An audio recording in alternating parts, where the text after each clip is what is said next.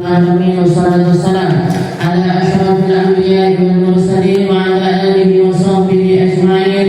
Subhanaka la ilma lana illa ma 'allamtana innaka antal alimul hakim. Rabbi shrah li sadri wa yassir li amri wahlul 'uqdatam min lisani yafqahu qawli. Amma ba'd. Alhamdulillah ala ni'matil Islam, alhamdulillah ala ni'matil iman wa kafa biha min ni'mah. Alhamdulillah segala puji bagi Allah Subhanahu wa taala yang memberi kita nikmat Islam iman, memberi kita nikmat sehat serta kesempatan untuk mengkaji firman Allah Subhanahu wa taala, wahyu yang diwahyukan kepada Nabi kita Nabi Muhammad sallallahu alaihi wasallam, sebuah tata cara hidup yang harusnya difungsikan bukan hanya untuk dibaca, bukan cuma untuk dipelajari bagaimana cara melantunkannya, tapi adalah sebuah kalimat-kalimat yang menjadi fondasi dari setiap kehidupan kita. Kalau kita menginginkan kemuliaan, kita akan mendapatkannya di dalam Al-Quran. Kalau kita ingin cahaya, maka cahaya itu keseluruhannya ada di dalam Al-Quran. Ketika kita menginginkan kebaikan dunia akhirat, setiap dari kebaikan itu ditorehkan oleh Allah Subhanahu wa taala, dijelaskan secara gamblang di dalam setiap firman-firmannya. Para ulama mendefinisikan bahwasanya Al-Quran ini kalau mau kita bahas, kita tidak akan pernah bisa membahasnya sampai istilahnya sampai sedetail mungkin. Itu adalah sesuatu yang mustahil, karena setiap kali kita mempelajari Al-Quran, kita akan melihat sesuatu yang lebih dalam. Ketika kita melihat sesuatu yang lebih dalam, ternyata ada yang lebih dalam lagi daripada itu, dan terus akan seperti itu, tidak akan pernah ada habisnya. Jadi Al-Quran kal-bahar, Al-Quran itu semacam lautan, di mana setiap kali kita masuk ke dalamnya, kita akan melihat berbagai macam hal dan akan selalu dikejutkan dengan perkara-perkara yang baru. Jadi Al-Quran ini mulia, yang memuliakan Allah Subhanahu wa ta'ala. Al-Quran ini cahaya, yang menaruh cahaya tersebut adalah Allah Subhanahu wa ta'ala. Al-Quran ini adalah ruh, bahkan ruh bagi setiap jiwa-jiwa manusia. Ketika mereka ini jauh dari Al-Quran, setara itu juga hakikat kehidupan dari hamba tersebut. Kalau Allah Subhanahu wa ta'ala mengatakan dalam Al-Quran, wa kadzalika auhayna ilaika ruhan min amrina, semacam itulah kami wahyukan kepada kalian ruh dari sisi kami. Maka dari situ kita tahu Al-Quran ini ruh. Kalau Al-Quran itu diibaratkan sama Allah Ta'ala semacam ruh, maka seharusnya kita dengan ruh ini gak boleh terlepas sama sekali. Gak boleh terlepas sama sekali. Hari-hari kita harus ada Al-Qurannya, waktu-waktu kita harus ada Al-Qurannya, jam-jamnya kita harus ada Al-Qurannya. Walaupun misalkan kita tidak melantunkannya, tapi rohaniah dari Al-Quran itu sendiri harusnya menyatu dengan setiap kehidupan kita.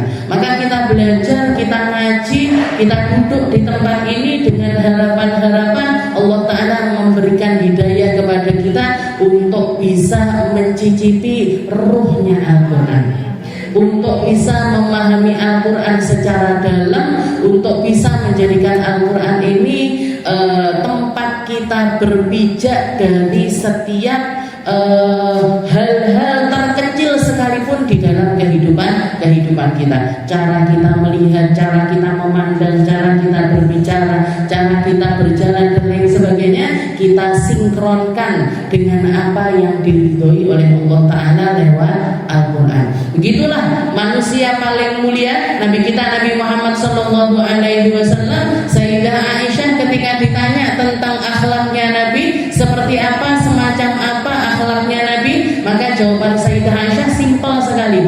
Katanya beliau, kana khuluquhul Quran. Akhlaknya Nabi itu ya Al-Quran. Kalau kamu pengen melihat manusia berjalan dengan Al-Quran di dalam setiap sisi kehidupannya, maka lihatlah Nabi Muhammad SAW. Di satu sisi beliau bisa menjadi orang paling keren, bisa jadi orang paling marah, bisa menjadi seseorang yang paling ditakuti. Tapi di sisi lain beliau menampakkan sisi kelembutan yang gak bisa dinalar juga. Sampai-sampai para ulama mengatakan Nabi Muhammad itu kalau di rumahnya semacam orang yang soft spoken, jangan tahu. Ngomongnya lembut, gesturnya lembut, cara muamalahnya lembut sekali. Sampai katanya orang-orang, ini laki-laki semacam ini gak mungkin kenal peperangan. Gak mungkin kenal peperangan. Saking apa ya? Saking lembutnya beliau bermuamalah dengan istri dan juga anak-anaknya. Tapi kalau sudah di medan perang, kalau sudah di medan perang, katanya orang-orang beliau itu semacam kesatria yang enggak mengenal rasa belas kasih sama sekali. Jadi bisa berbanding 180 derajat satu orang, tapi bisa menjadi semacam ini dan semacam itu sesuai dengan situasi dan kondisi. Makanya orang semakin paham dengan Al-Quran, maka mereka akan tahu sebatas apa harusnya bertindak, sebatas apa mereka harus memperlakukan orang lain, semacam apa harusnya saya bisa ngukur, Bu. Ini Nabi Muhammad SAW. Katanya Sayyidah Aisyah di dalam riwayat yang lain, beliau juga menceritakan Nabi Muhammad ketika ditanya, Nabi Muhammad itu kalau di rumah itu semacam apa? Katanya Sayyidah Aisyah, huwa fil bait ka ahadina. Rasulullah itu kalau di rumah kayak semacam kita, kayak manusia pada umumnya. Kelihatan ada yang kotor di rumahnya, ngambil sapu, ngambil cikrak, disapu sendiri, dipel sendiri. Kelihatan ada bajunya yang berlubang, ngambil ngambil jarum, ngambil benang, dijahit dewe. Kamu ahadina. Beliau semacam orang pada umumnya. Sangat manusiawi sekali.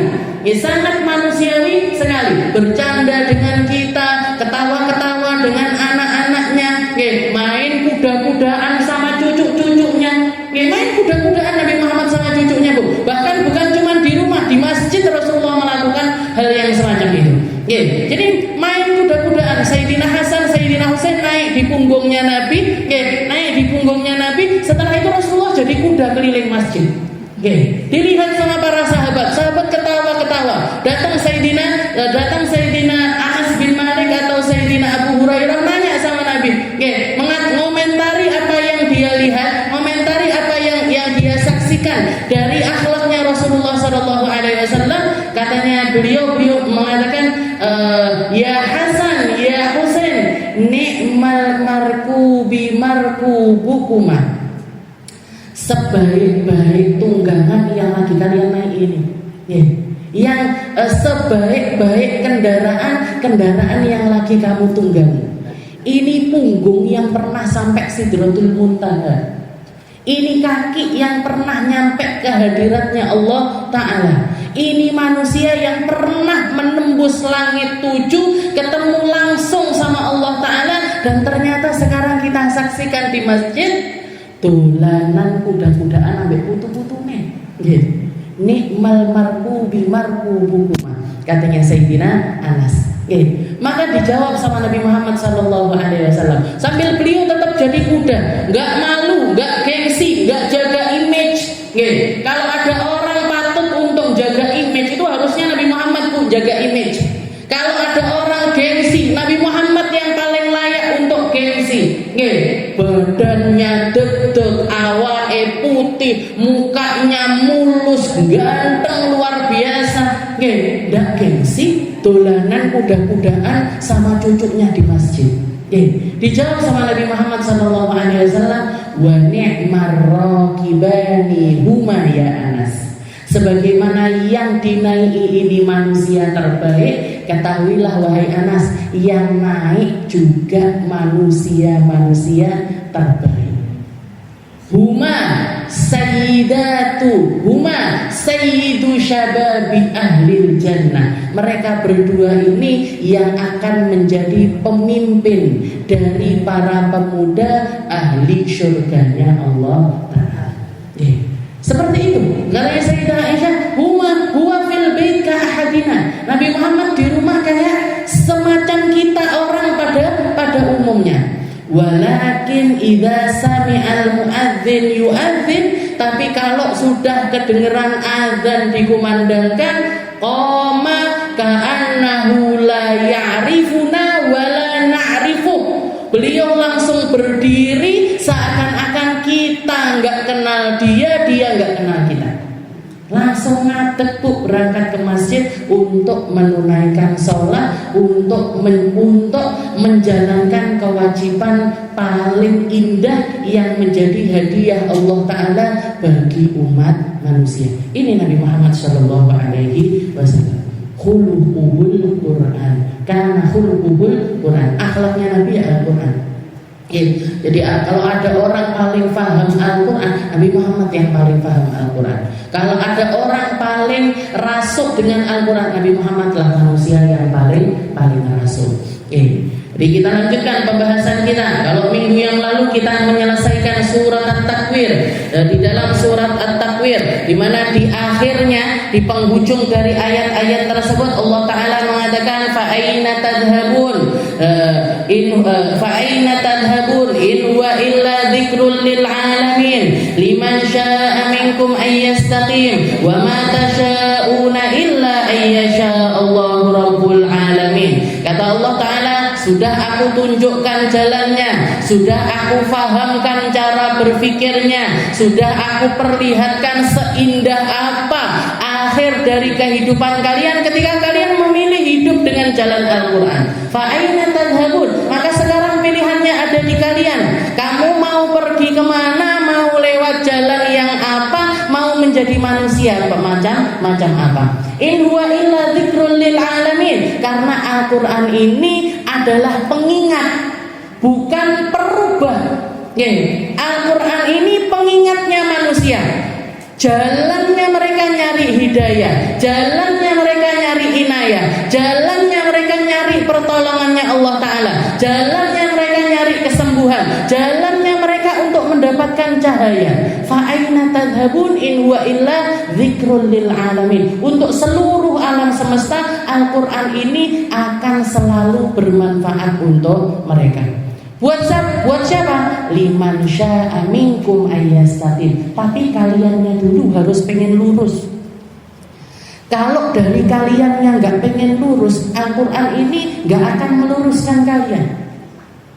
Liman sya'a minkum ayyastaqim. Makanya orang-orang yang terlampau terbalik hatinya, terlampau sombong dengan dirinya, terlampau angkuh dengan keadaannya, dengan gamblangnya mereka mengatakan, ya sudah, kami gak pengen dapat istiqomah.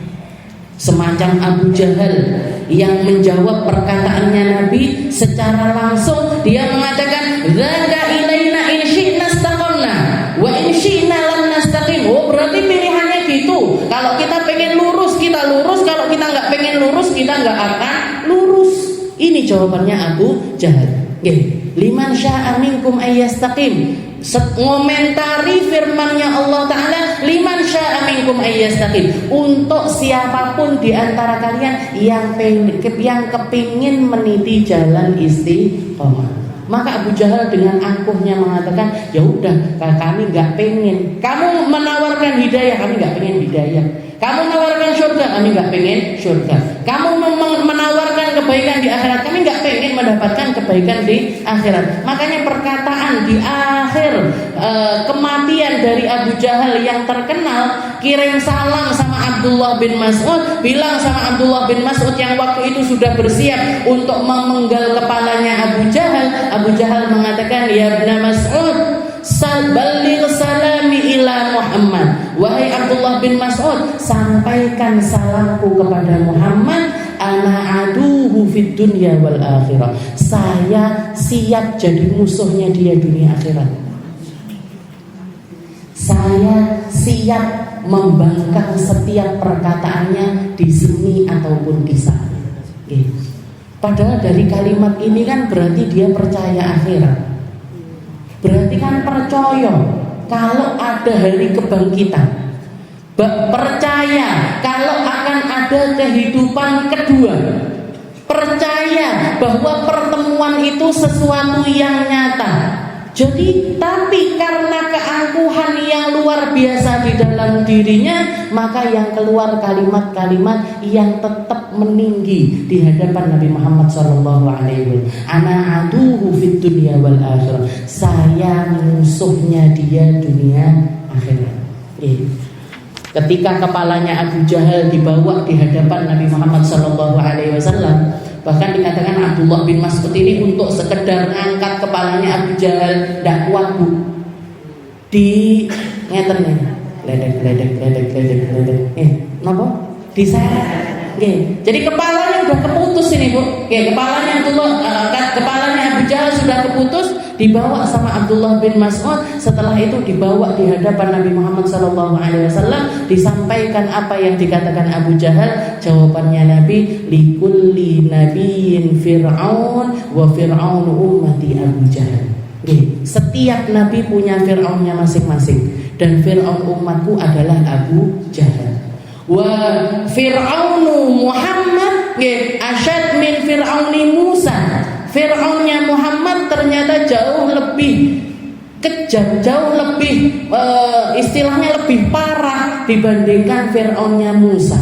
Fir'aunnya Nabiullah Musa ketika sudah tenggelam di tengah-tengah Laut Merah, yang keluar dari lisannya Fir'aun ini, dia mengatakan amantu bi rabbi Musa wa Harun. Sekarang saya iman, sekarang saya pasrah, sekarang saya percaya dengan Tuhannya Musa, dengan Tuhannya Imran, bi rabbi Musa wa Harun, sama Tuhannya Harun. Ini akhir hayatnya Fir'aun mengatakan hal yang semacam itu. Bahkan dikatakan di dalam kisah ketika Fir'aun ini sudah belebek di dalam air. Manusia kalau ngomong di dalam air ini kan sebenarnya nggak ada yang bisa kedengeran suaranya. Jangan nyemplung ke dalam kolam renang, mau teriak-teriak di dalam Ustaz.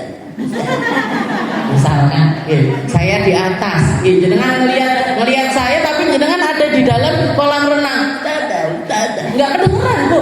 Nggak kedengeran. Fir'aun itu, kalimat yang sangat jelas yang Allah Ta'ala torehkan di dalam Al-Quran, itu kalimat yang keluar dari Fir'aun ketika dia tengah-tengah dalam keadaan tenggelam. Jadi sebenarnya nggak ada yang dengar. Sebenarnya nggak ada yang mendengar perkataan jelasnya Fir'aun, tapi Allah Ta'ala dengar. Tapi Allah Ta'ala tahu apa yang diucapkan sama Fir'aun. Bahkan waktu itu yang pertama kali nggak terima Malaikat Jibril.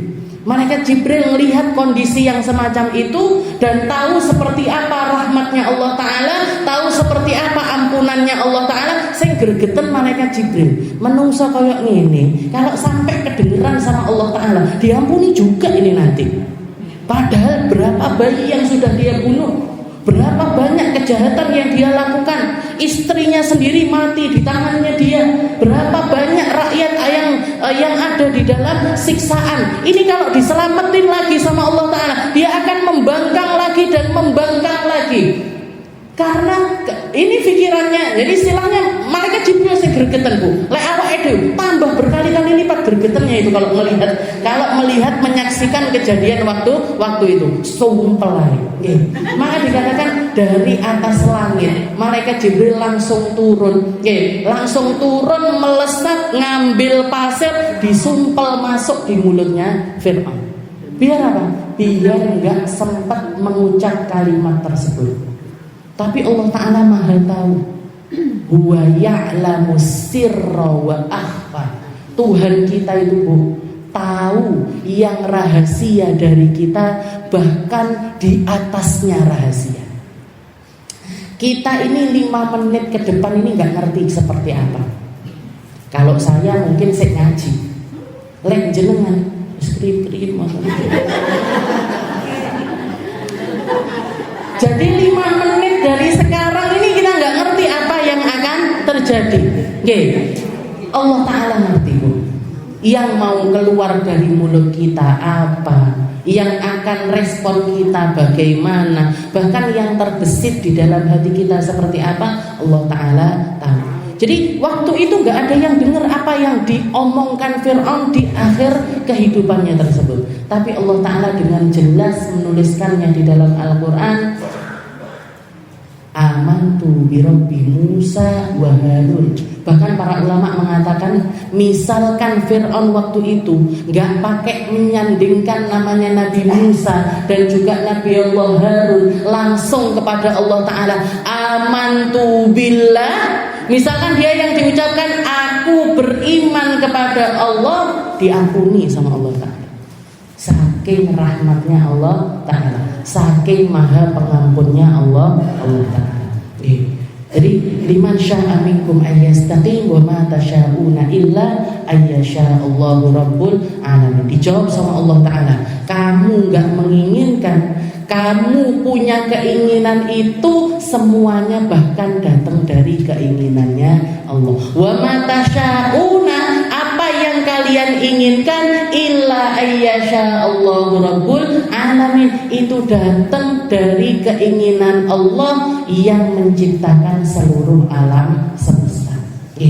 Jadi apapun yang terjadi di dalam diri kita, gak ada yang pernah lepas dari kehendaknya Allah Ta'ala. Kita sekarang masuk ke dalam surat yang selanjutnya, yaitu suratul Infitar, surat Al-Infitar. Bismillahirrahmanirrahim. Suratul Infitar Makkiyah wa hiya 19 ayat. Surat ini masih termasuk di dalam surat Makkiyah, ayat-ayat yang turun sebelum Nabi Muhammad SAW hijrah ke negeri Madinah. Jumlah ayatnya ada 19 ayat. Allah Subhanahu wa Ta'ala membuka kalimatnya dengan membuka suratnya dengan perkataan idzas samaa'u fatarat wa idzal kawakibu muntatharat wa idzal biharu fujirat wa idzal quburu bu'thirat alimat nafsum ma qaddamat wa akharat. Allah Subhanahu wa Ta'ala membuka firman-Nya, membuka suratnya, membuka pesannya untuk kita dengan menyebutkan 4 perkara. 2 perkara berkaitan dengan langit, 2 perkara berkaitan dengan bumi. Allah Ta'ala menceritakan, Allah Ta'ala memberikan kabar bahwasanya apa yang aku ciptakan di atas langit maupun apa yang aku ciptakan di atas muka bumi ini akan menemui ajalnya juga. Sebagaimana kalian semuanya punya ajal, sebagaimana setiap jiwa memiliki waktu akhirnya, kullu nafsin dha'iqatul maut, semua yang bernafas akan menemui ajalnya masing-masing. Maka setiap perkara yang diciptakan sama Allah Ta'ala juga ada masa akhirnya. Ketika Sayyidah Aisyah memecahkan piringnya Sayyidah Sofia di hadapan para sahabat-sahabatnya Nabi, salah satu komentar yang keluar dari lisan Nabi, beliau mengatakan innalahu ajal ka'ajalikum. Sesungguhnya bahkan piring-piring ini punya ajal, punya waktu akhir untuk digunakan. Innalahu ajal ka'ajalikum. Sebagaimana kalian punya ajal, ini piring-piring ini juga punya ajal. Ndak nesu Bu, piringnya dipecah nih. Yang mecahin siapa? Istrinya Sayyidah Aisyah. Kenapa? Cemburu sama Sayyidah Sofia. Sayyidah Sofia atar-atar makanan ke rumahnya Sayyidah Aisyah, padahal waktu itu jatah harinya Sayyidah Aisyah. Jawabannya Sayyidah Aisyah, "Iki jatahku. Kalau ada tamu berarti aku yang nerima tamu itu. Kalau waktuku, ya aku yang masak, aku yang nyajikan makanan. Sayyidah Sofia. Cemburu Sayyidah Aisyah. Dan dua-duanya sama-sama masih sangat muda sekali. Diambil piringnya Sayyidah Sofia, diuncang, dipecah. Tapi Nabi Muhammad nggak marah, bahkan beliau tersenyum mengatakan innalahu ajal ka ajalikum. Ini piring memang udah waktunya. Dek pecah berarti sepanjang ajalnya. Jenengan ojo gampang nesu. Piring pecah, gelas pecah, HP pecah, kacamata pecah. Berarti apa? Entek wayahe, Bu. Sudah habis waktunya untuk kita gunakan. Sesimpel itu Nabi Muhammad merespon innalahu ajal ka ajalikum. Setelah itu Rasulullah menambahkan dengan perkataan laqad gharat ummukum Aisyah. Lihat ini ibu kalian Aisyah ini, ibunya kalian Aisyah ini lagi dibakar api cemburu. Lagi dibakar api cemburu. Seperti itu tak komentarnya Rasulullah Sallallahu Alaihi Wasallam. Itu kalau bapak-bapak sekarang yang punya istri dua, ngisi-ngisinya. Nggak lihat apa ada tamu banyak. Nggak lihat apa ini ada sahabat-sahabat laki-laki. Kalian tukaran ini rumah yang aja tukaran yang ngarepe tamu. Mesti seperti itu. Tapi Nabi Muhammad SAW responnya cuma seperti itu, Bu. Jadi istilahnya jauh sekali. Jauh sekali dari akhlak-akhlak manusia, apalagi manusia-manusia zaman sekarang yang ngomongnya poligami, so adil, so enggak keren. Idza sama'u fatarat. Jadi Allah Ta'ala menceritakan apa yang terjadi di atas langit dan apa yang nasibnya langit nantinya dan nasibnya bumi nantinya. Allah Ta'ala mengatakan idza sama'u fatarat. Akan datang hari di mana langit itu insyaqqat. Terbelah-belah, tercincang-cincang, tergulung-gulung. Kalau di dalam surat An-Naba Allah Ta'ala menceritakan langitnya digulung. Di dalam surat An-Nazi'at Allah Ta'ala menceritakan langitnya itu tukwa. Semacam akan menjadi semacam sesuatu yang gepeng, yang enggak ada hiasannya lagi di atasnya. Macam-macam. Allah Ta'ala menceritakan nanti hari kiamat itu langitnya begini, langitnya begini, langitnya begini. Apakah itu istilahnya menjadi sesuatu yang berbeda keadaannya? Enggak, Bu. Itu semuanya adalah sesuatu yang akan terjadi kepada langit di dalam satu waktu, di saat yang bernama Yaumul Qiyamah. Akan terjadi nanti ketika datang saatnya kiamat, langit itu akan menjadi seperti yang diceritakan oleh Allah Subhanahu wa Ta'ala. Di dalam surat Al-Infitar ini Allah Ta'ala mengatakan idas sama'u fatarat ay insyaqqat. Langit itu akan terbelah. Akan ada saatnya langit itu terbelah. Padahal kalau kita lihat sekarang, seumur hidup kita, jenengan yang umurnya mungkin di atas saya 50 tahun, 60 tahun, tahu krungu langitnya bocor? Pernah dengar langitnya itu miring? Pernah dengar langit itu bergeser? Gak pernah, Bu. Gak ada kasus hari ini langitnya jebol. Gak pernah.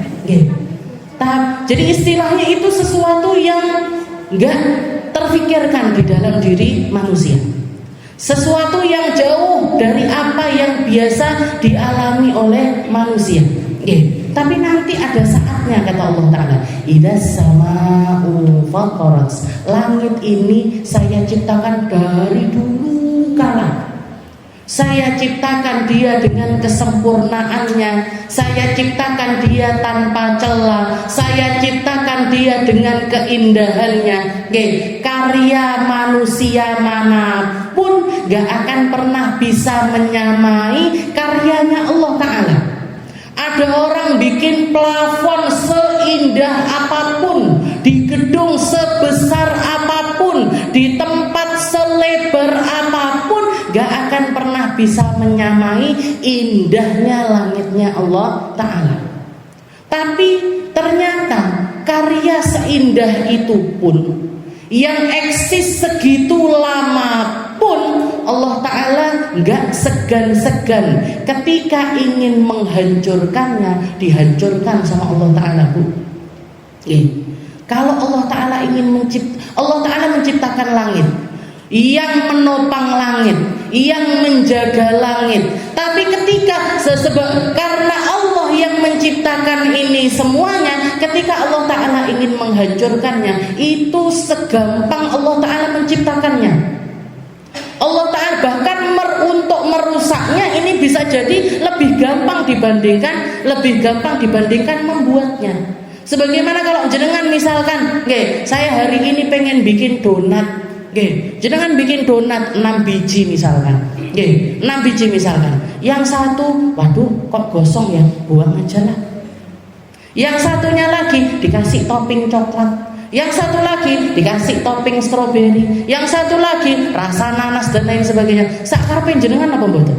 Sakarepe. Mau dimakan monggo, mau dilemparkan kasih anjing silahkan, mau disedekahkan ke tetangga silahkan, mau dikasihkan anaknya silahkan, terserah. Kenapa? Saya yang bikin kok. Ini donat saya yang bikin, terserah saya. Maka Allah Ta'ala pun seperti itu. Ini langit saya yang bikin. Saya mau menghancurkan dia, terserah saya. Makanya ketika kita bahas tentang sebuah ciptaan, dengarkan dari sang penciptanya langsung, gak usah dengar dari orang lain. Ilmuwan ini mengatakan langit begini. Perkataannya ilmuwan ini bisa benar, bisa salah. Dengerin dulu dari lisan sang pencipta dari ciptaan-ciptaan tersebut. Sebagaimana kalau kita masuk di dalam satu kelompok manusia, atau mau melakukan sesuatu, mau konsultasi sesuatu dan lain sebagainya, kita nanya kepada orang-orang yang paling ahli di dalam hal tersebut. Jangan pengen tahu, ini kita ngaji di rumahnya Bu Jujur, yang paling tahu selok beloknya rumah ini ya beliaunya yang punya rumah. Bu, kamar mandinya di mana? Oh, di sana. Jangan nanya saya, mana ya kamar mandinya? Saya sendiri belum pernah ke kamar mandinya. Kan seperti itu. Makanya Allah Ta'ala itu gini, istilahnya kalian manusia ini, kenapa kok malah lebih sering mendengarkan omongannya manusia yang lain, dengerin komentarnya orang yang juga makhluk-makhlukku, tak dibandingkan mendengarkan perkataanku. Ini aku yang nyiptain loh, ini aku yang benahin dia, ini saya yang bikin dengan semua kesempurnaannya. Kenapa kamu memilih untuk mendengarkan perkataan lain dibandingkan perkataanku? Idas sama fatorat, langit itu lama adanya dan begitu sempurna, begitu sempurna. Bahkan kalau dibandingkan dengan kita manusia, gak enak apa-apanya awake dhewe niki Bu. Kita ini akan terasa kecil sekali kalau membandingkan diri dengan langitnya Allah Ta'ala. Kita ini akan terasa kecil sekali ketika membandingkan diri dengan buminya Allah Ta'ala. Kita ini istilahnya Allah Ta'ala untuk langit aja menghancurkannya segampang itu. Lah awake dhewe niki diapakne karo Gusti Allah untuk hancur. Manusia ini bahkan cukup dengan kesedihan bisa hancur. Cukup dengan kesumpekan bisa hancur. Cukup dengan mikir mek duwe anak siji mikir hancur. Sampai saya itu ngeri hari-hari ini dengar di sana ada orang bunuh diri, di sana ada orang bunuh diri, di sana ada orang bunuh diri. Selemah itu manusia. Selemah itu manusia, segampang itu untuk hancur. Bahkan mungkin 3 tahun, 5 tahun yang lalu kita dihebohkan dengan satu virus kecil yang gak kelihatan, tapi bikin heboh sak dunya, kabeh maskeran. semuanya suntik vaksin, semuanya mau ketemu orang lain pakai ADP atau APD. Situlah pokoknya dikerekep kayak astronot. Itu heboh, manusia dari ujung timur sampai ujung barat, dari utara sampai selatan heboh. Gara-gara apa? Virus jenenge corona. Virus yang namanya corona bikin manusia ketakutan semacam itu. Nggak ketok virusnya bahkan. Ini kalau kita mau sombong, kalau kita mau angkuh, kalau kita mau menganggap diri ini sesuatu, ada sesuatu di dalam diri kita. Awak iki sapa? Kamu ini selemah ini, pantas sombong, pantas nganggap diri ini tinggi, pantas nganggap diri ini punya tempat untuk bahkan sekedar dihormati. Gak pantas. Bahkan kita ini kalau diperlihatkan aib kita satu aja, gak kira ada orang satu sama lain mau salaman. Gak ada kira satu sama lain mau bisa memandang dengan pandangan hormat. Jenengan ini bisa hormat sama saya karena apa? Karena gak tahu seluk beluk diri saya, karena gak tahu apa yang terlintas di dalam hati saya, karena gak ngerti sebobrok dan seburuk apa diri saya. Ditutupi aibnya sama Allah Ta'ala.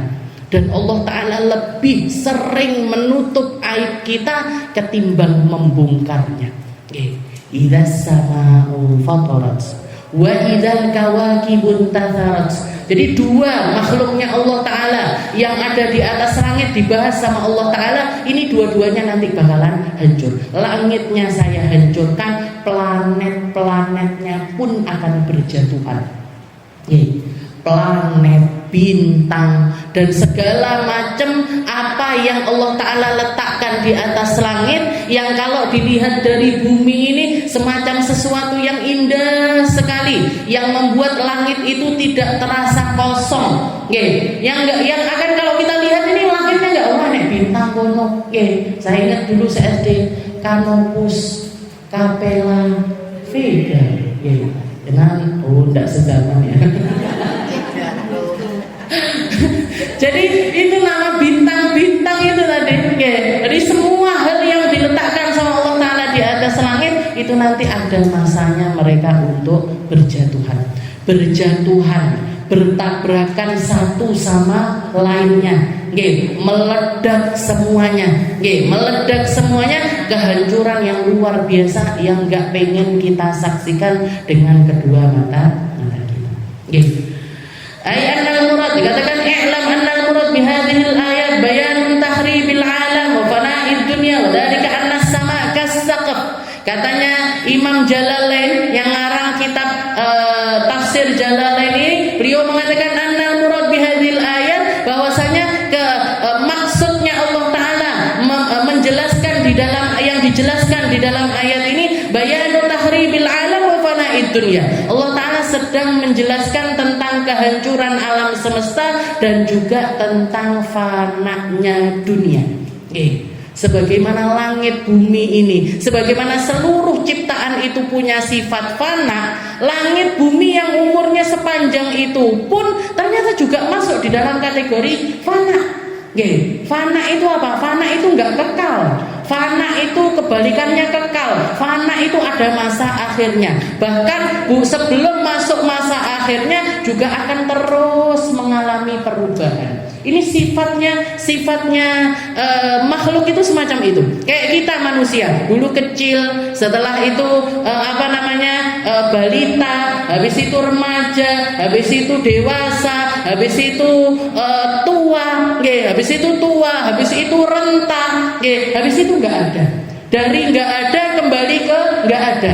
Itu manusia. Dan semua makhluknya Allah Ta'ala semacam itu. Dulu nggak ada, setelah itu ada, nanti kembali kepada ketiadaan.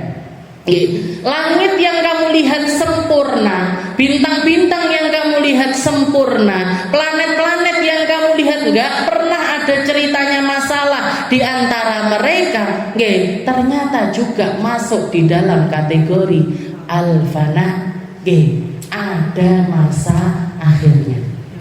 Wa ala fana'id dunya Wa dzalika anna as-sama' kas-saqaf. Dan kalau kita ibaratkan, kalau misalkan manusia itu punya bangunan yang diciptakan sama Allah Ta'ala, atapnya itu adalah langit. Wal ardi kal bina, dan bumi ini semacam bangunannya. Wa man arada tahribad dar fa innahu yabda awalan bi tahribis saqaf.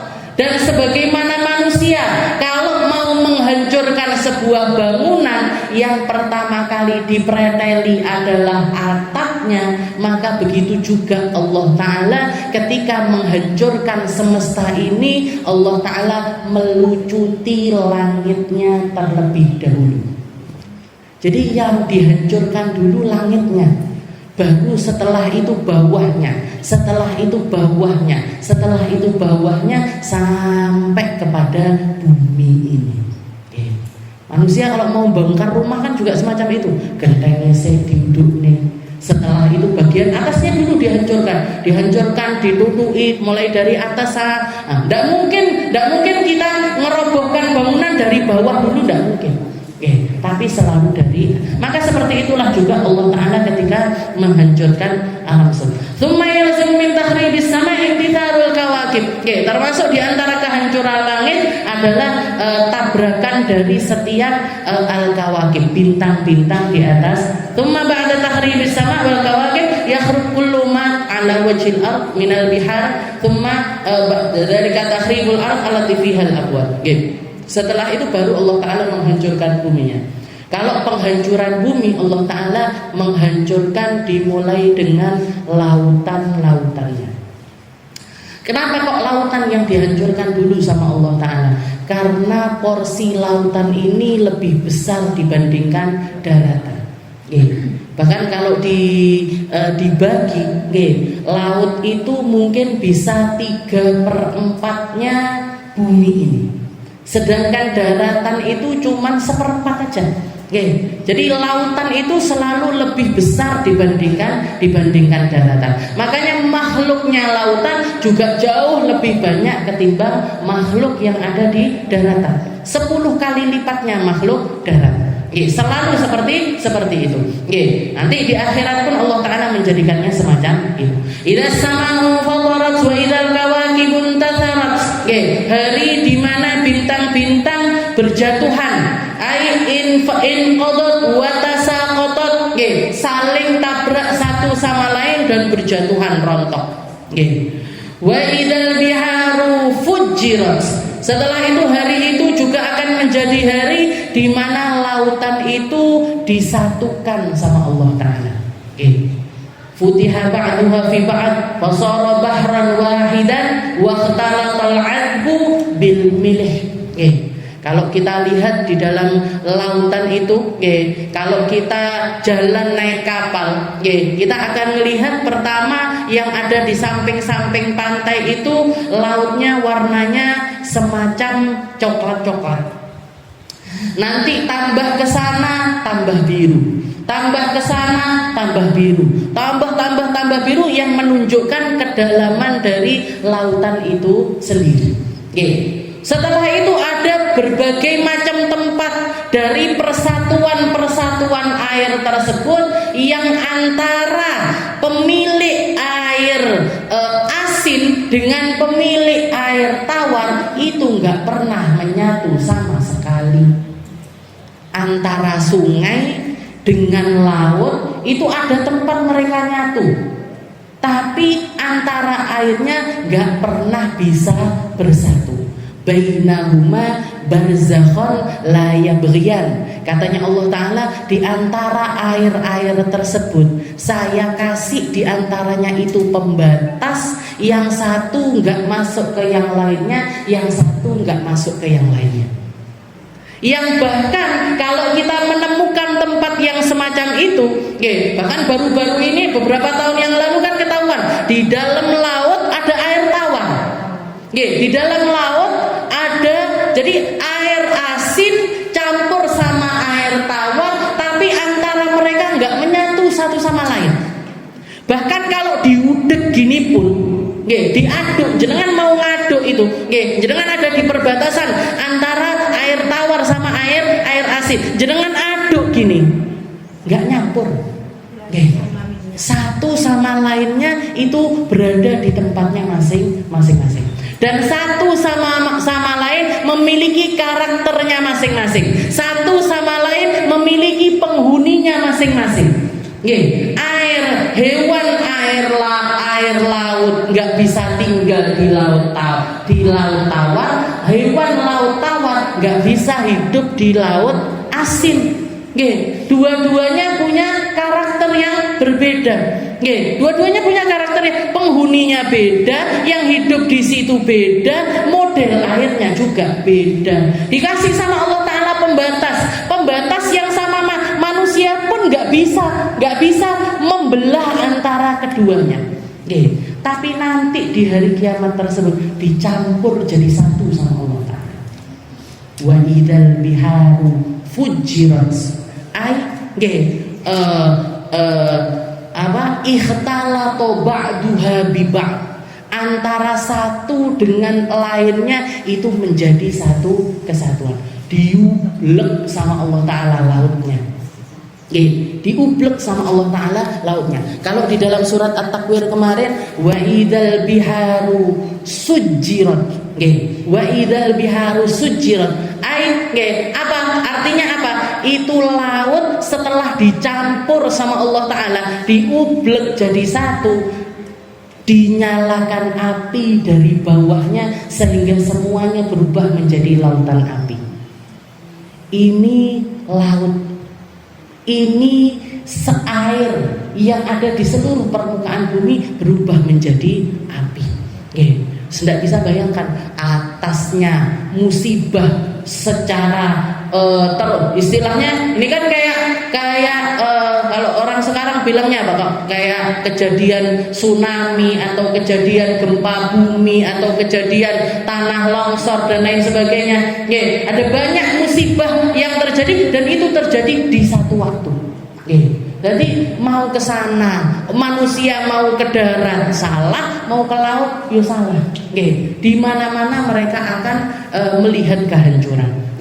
Wa idzal biharu fujirat wa idzal quburu bu'thirat. Hari itu juga lah Allah Ta'ala menghancurkan kuburan-kuburan. Para ulama mengatakan seluruh permukaan bumi ini, seluruh permukaan bumi ini seluruhnya itu seharusnya juga adalah sebuah kuburan.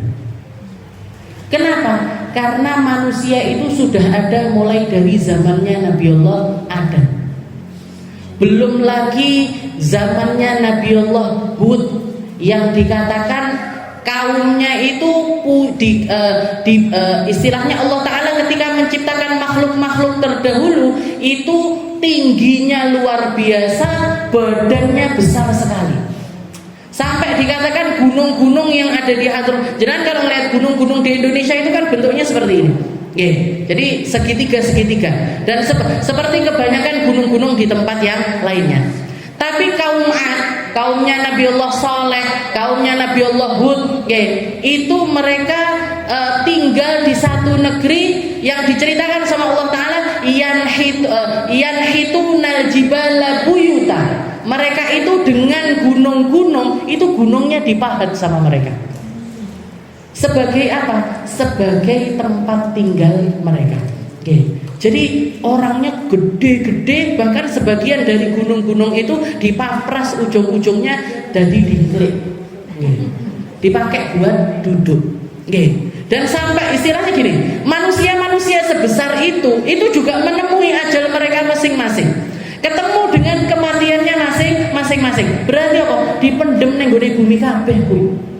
Dipendem semuanya di bumi. Dan kita kuburan yang kita temui itu sekarang ini kalau kita ketemu sama komplek makom itu yang paling tua di makom itu paling mati sebelum 100 tahun yang lalu.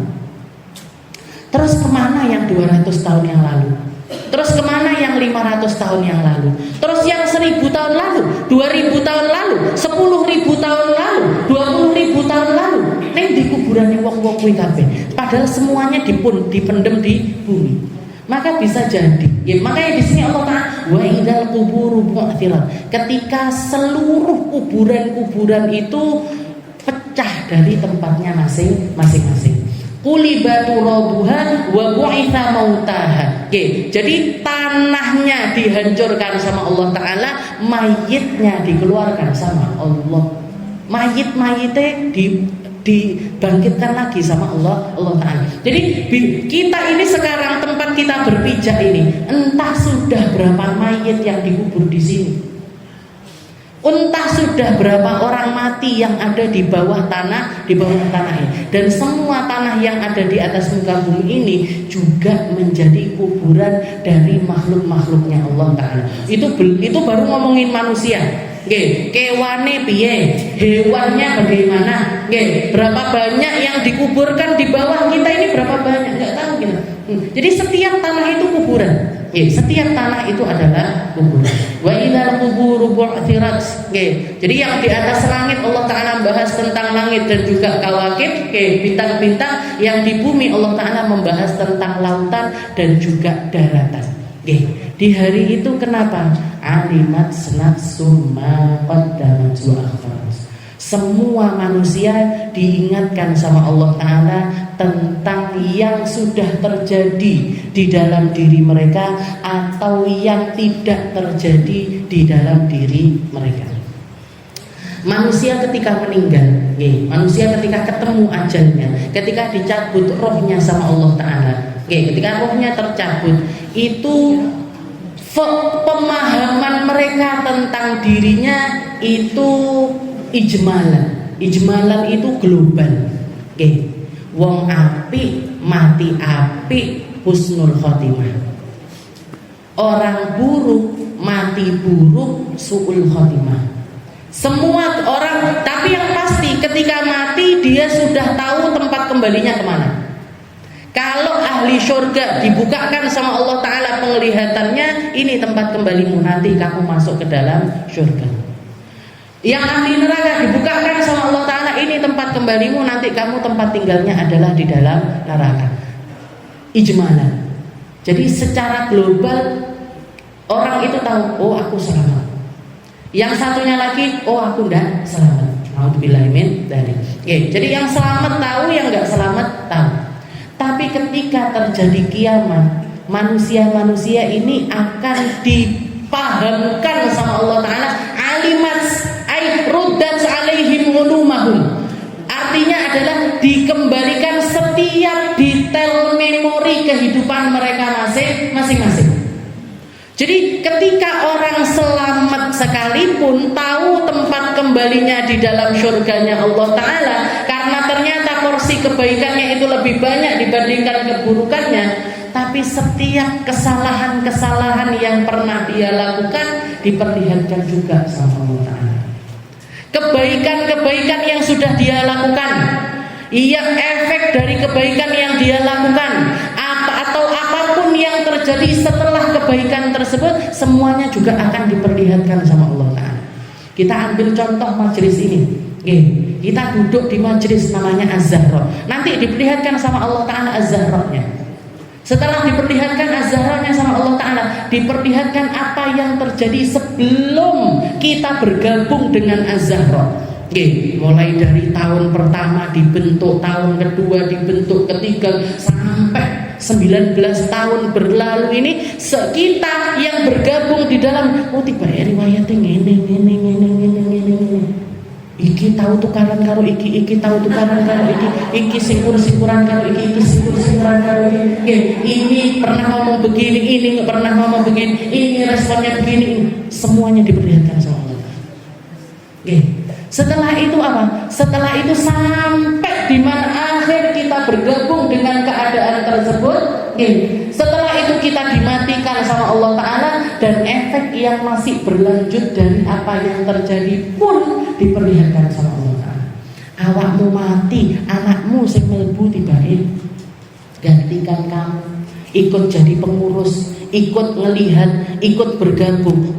Dan kita akan melihat sampai kapan? Sampai akhir dari penyebutan Az-Zahra tersebut. entah kapan, Bu.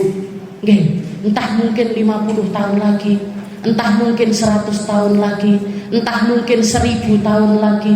Nggih, apapun yang terjadi maqaddamat wa ma akharat, yang terjadi di awal dan yang terjadi di akhir, semuanya manusia ini dikasih paham sama Allah. Dikasih ngelihat, alimat. Alimat itu berarti ngerti. Oh ngene. Oh ya. Oh. Nggih, tiba ya pas tukaran kayak enek rekamane. Tiba ya pas satu-satunan kayak enek catetane. Nggih. Iki terus nanti gimana ini? Terus ini nanti gimana? Semuanya alimat nafsuma qaddamat, dan itu setiap detail kehidupan jenengan Allah Ta'ala akan memperlihatkan seperti itu. Apa yang kita lakukan, apa yang terjadi sebelumnya, apa yang terjadi setelahnya. Nggih. Makanya ketika Allah Ta'ala mengatakan di dalam surat Yasin, manusia itu dituliskan pahala di dalam diri masing-masing, maqaddamu wa atharahum, apa yang mereka persembahkan dan apa yang berdampak dari yang mereka persembahkan, yang kita sebut dengan nama amal jariyah.